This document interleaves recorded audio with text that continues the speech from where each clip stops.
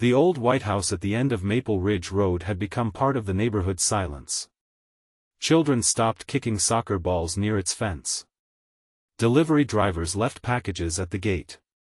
Even the mail carrier avoided knocking unless absolutely necessary. Everyone knew the woman who lived there had closed herself off from the world. For 2 years, no one had crossed her front door. No visitors. No friends. No family gatherings. Only the faint glow of a lamp behind the curtains every evening reminded the town that someone was still inside, carrying a loneliness too heavy for words. Then, on one bright spring morning, everything changed because a little girl accidentally chased her red balloon into that forgotten yard, and her single father followed. Before we continue this unforgettable journey, please take a moment to like this video, leave a comment telling us if you believe kindness and second chances can heal even the deepest wounds, share this story with someone who needs hope today, and subscribe to A Journey of Hearts for more emotional stories that remind us love often arrives when we least expect it. That morning was filled with sunshine. Birds sang from blooming maple trees, and the air carried the fresh scent of grass after an early rain. Rowan Mercer held the small hand of his 6-year-old daughter, Maris, as they walked toward the local bakery. Since losing his wife 3 years earlier to an unexpected illness, Rowan had learned how to become both mother and father. He braided messy hair every morning with uneven fingers. He packed school lunches that were never as neat as other parents, but always filled with love. Every evening he read bedtime stories until his tired voice faded into whispers.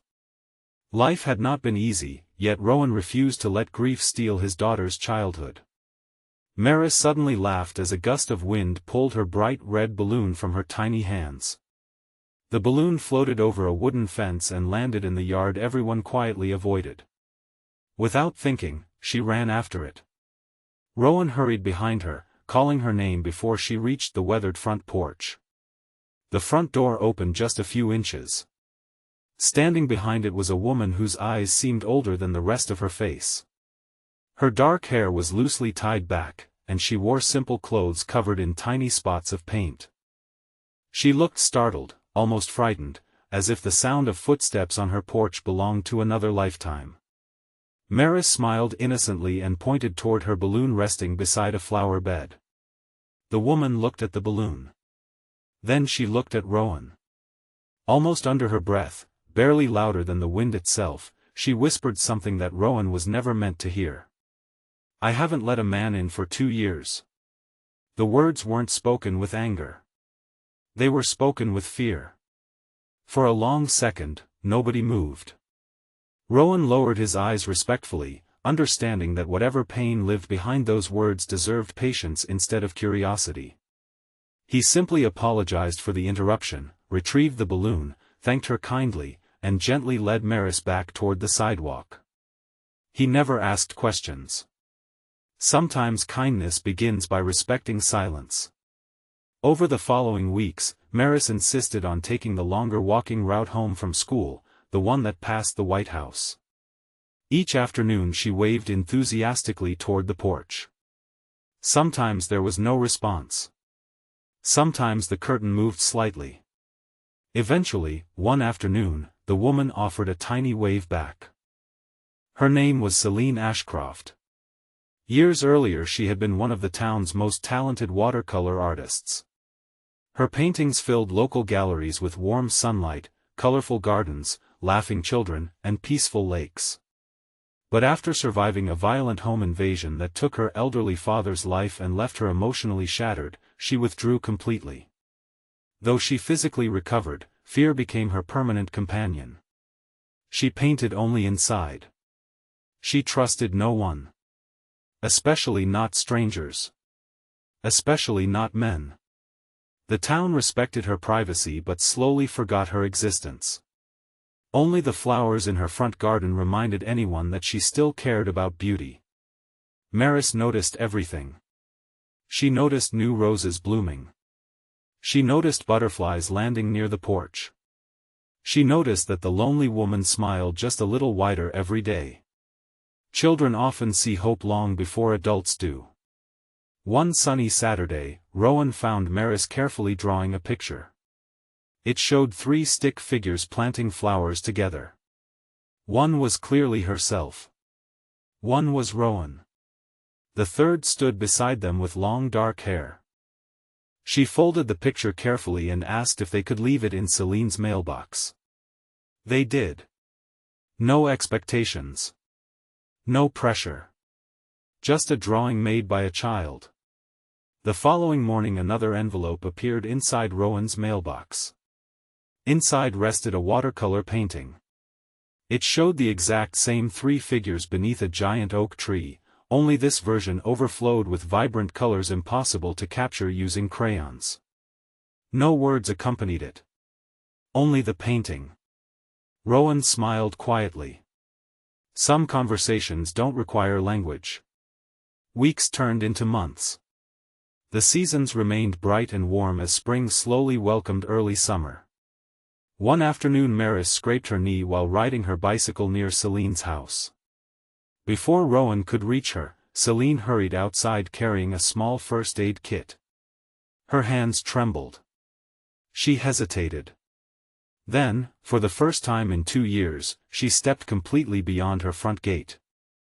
She gently cleaned Maris's knee while the little girl chatted endlessly about school, books, birds, and pancakes.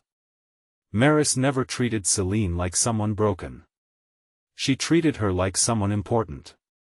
That simple difference began healing wounds therapy alone had never reached. As weeks continued, Rowan never pushed for friendship. If Celine wanted space, he gave it. If she wanted conversation, he listened.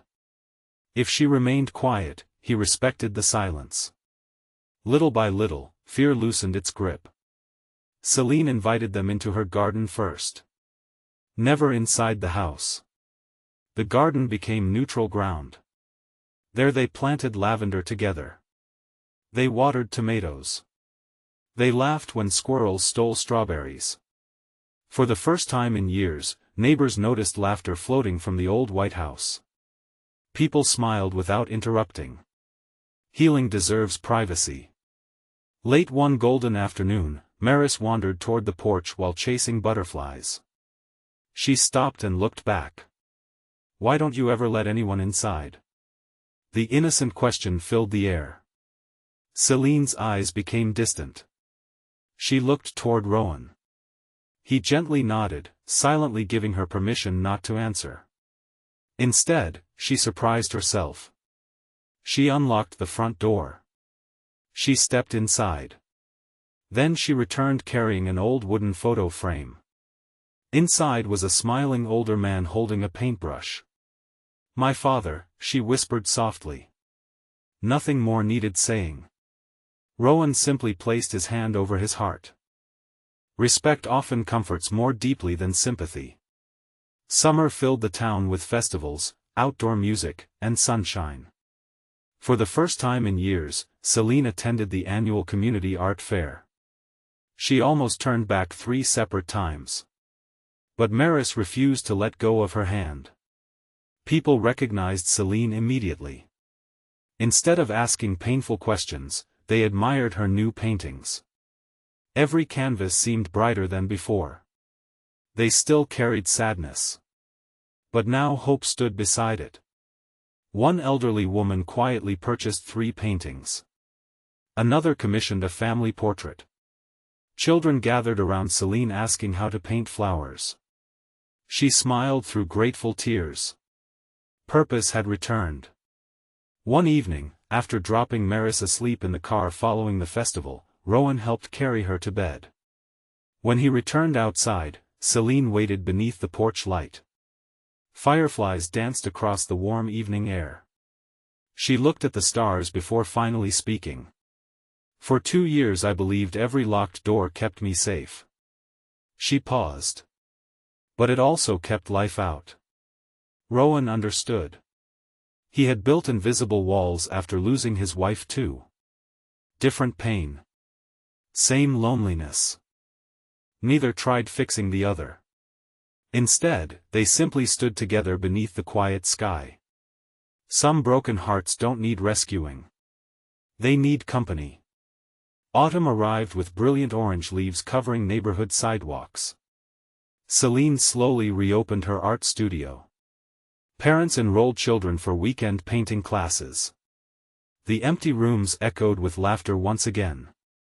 Maris proudly declared herself Celine's first official student. Her paintings were wonderfully terrible. Celine framed every single one. Business slowly flourished. More importantly, so did joy. One crisp October morning, Rowan received an unexpected phone call. His employer announced company downsizing. His position had been eliminated. Fear returned. Bills still needed paying. School expenses remained. He smiled bravely for Maris but privately wondered how long their savings would last. The next afternoon Celine noticed his unusually quiet mood. She listened. Then disappeared inside. Minutes later she returned carrying a folder. Inside were contracts for a growing online art business she could no longer manage alone. She asked Rowan if he would handle shipping, customer service, and business operations. She trusted his honesty. He accepted with grateful disbelief.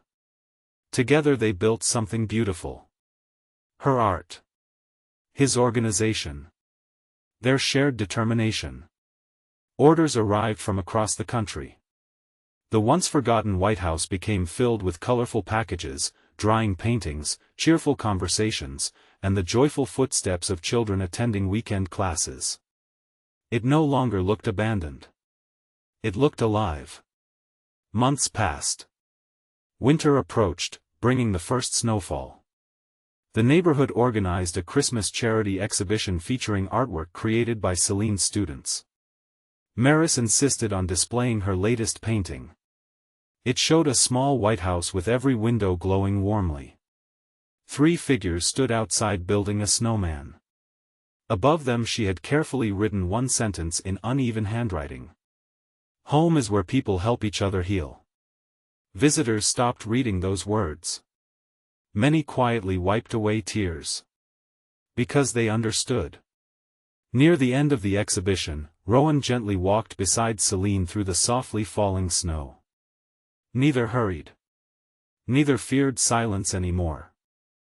The same front door that had remained closed for 2 painful years now stood wide open behind them.